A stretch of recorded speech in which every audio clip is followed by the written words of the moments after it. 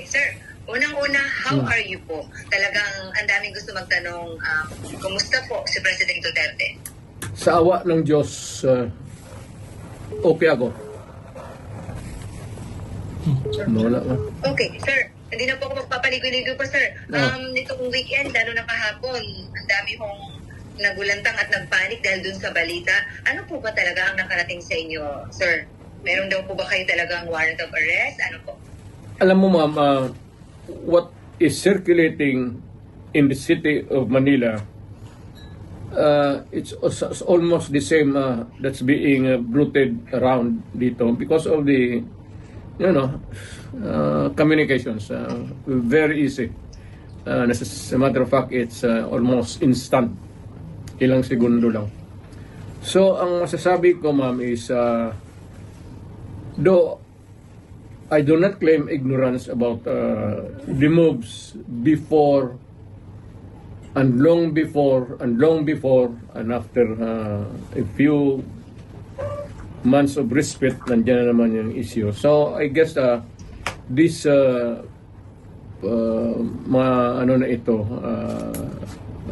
issues, I would call them, would hound me until the dying days of my life. Okay, so ano to, sir? So they won't really stop. Again? So talagang hindi sila titigil, sir? No, as I remain, mainly if I remain to be a politician all the year round. But it might simmer a little bit down the line.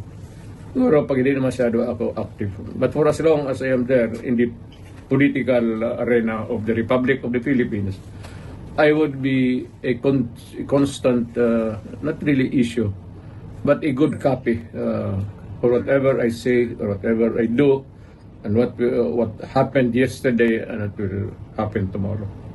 All right. Gan okay. Sir, okay, sir, does this bother you, sir? Itong mga naglutangang information na meron ng warrant sa inyo, warrant of arrest? Alam mo ma'am, sa totoo lang, I have been in politics for almost nearly 30 years. Been mayor, lahat na klaseng issue. Firstly as vice mayor, congressman, then as president. Hindi ko naman sinasabi minamaliit ko. Pagyayabang yan eh. But it's almost an day in, day out, month long, year after year, it's has become an irritation, really. Especially if patanda ka na and you still have to deal with the same questions and issues until now. Pero I take it as part of my political life. Kasi nandyan early on, nagpasok ako sa gobyerno as a prosecutor that verily as early as ilang taon lang pumasok na ako sa politika. Okay, sir, kung sakali nga po na meron at kayo ay pasoman po, will you appear? Again, ma'am. If ever na meron nga po talaga, kung talagang totoo nga itong warrant of arrest ng mga lumutang, kung sakaling meron nga talaga, what's your plan po? Will you appear kung sakaling ipasoman po kayo, sir? I would say that not really appear or non-appearance, but I will deal with the problem directly, frontally. As a lawyer, gagamitin ko na yung pagka-abogado ko. Okay, sir. So suffice to say that you have been prepared for this po, Mr. President? For the longest time. Since as far as I can remember, maaga ako ng ilang years early on, so that to be around siguro, put it lightly, mga first 5 years, first term, second term, nandyan na yan. So I have learned to deal with the problem directly, frontally, and walang pasikot-sikot. Alright. I have been very frank all these years. Alright, okay. Sir, aside from this po, sir, meron din pong ifinansa nyo sa DOJ na inside this decision. Unang-una, what's your take on this po, sir, na kayo po ay napailan ng ganito, sir? Is it the sedition ngayon? That's different, sir, from ICC, sir. Meron din po, di ba, sir, may pinal din po sa inyo inciting sa DOJ? Inciting to sedition? Wala akong alam yan. Ngayon lang. Alam ko na may plano na idemanda ako, pero specific sa ngayon ko lang nalaman. Yun naman sa ICC, matagal na yun. Whatever course it might turn to, I am ready for it. Kasi dumaan ako sa trabaho ko, ma'am, as an appointed elected official of the Republic. I do not no excuses to give. I offer no apology. I did what I did because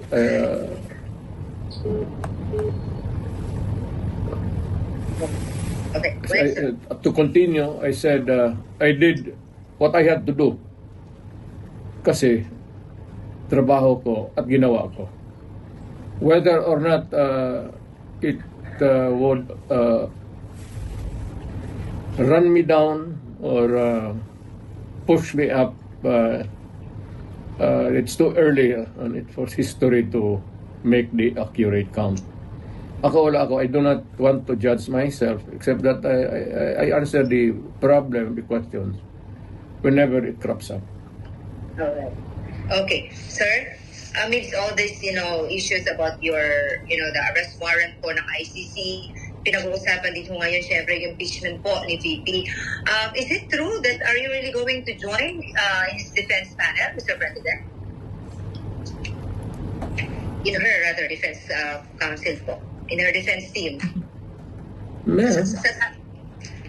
Yes. You still join, sir? Yes. Pero you want the defense, the lead counsel anymore, sir? Well, I will deal with the multiple problems as they come along, and there will be a lot of them. But the basic issues remain the same.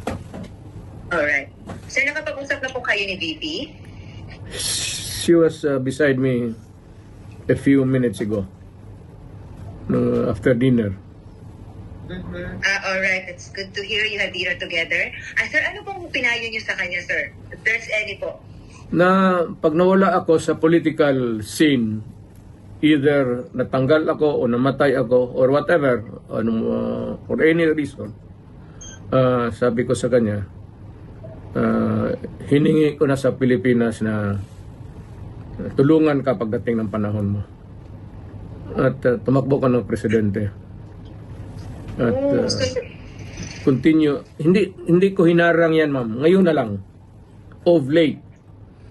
Because I think I'm pretty with this kind of problem paulit-ulit. Sabi ko, sige, sundin mo na, and for all the unanswered issues, ikaw na ang magpatuloy ng sumagot.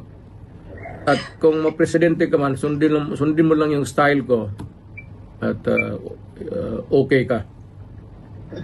Wag kang matakot, sabi ko, makulong ka.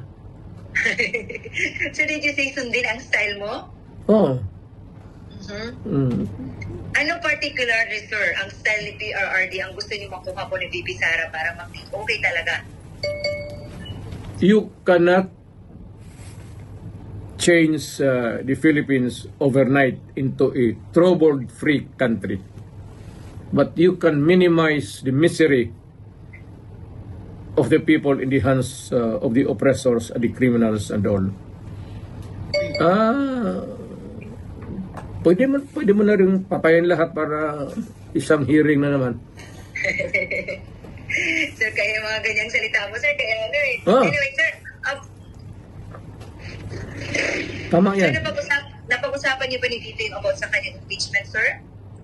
Hindi naman naniniwala yung babae niya ng payo. At saka, hindi naman interesado yan kung ma-impeach talaga siya o impeachment ay proceeding. The trial itself, you should not worry a bit. I do not know, but makita mo naman yung sa karakter ng babae na yan. It's totally indifferent yung mga problema na yan. I mean, she can always respond. As always, she has been responding to me. Well, I can always transfer to a new life, a new beginning.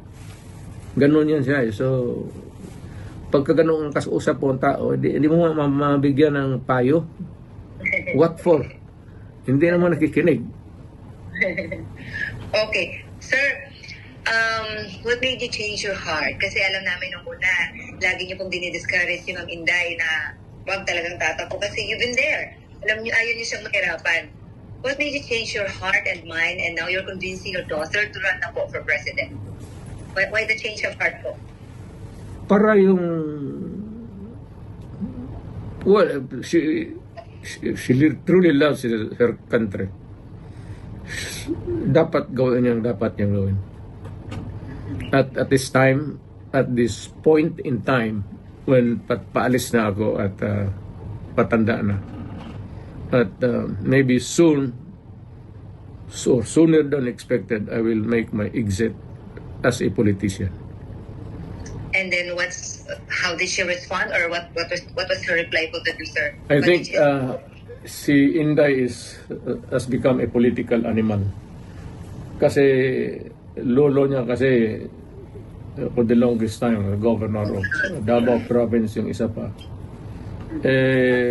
Parang pumasok na sa subconscious level niya yung politika. Tapos ako,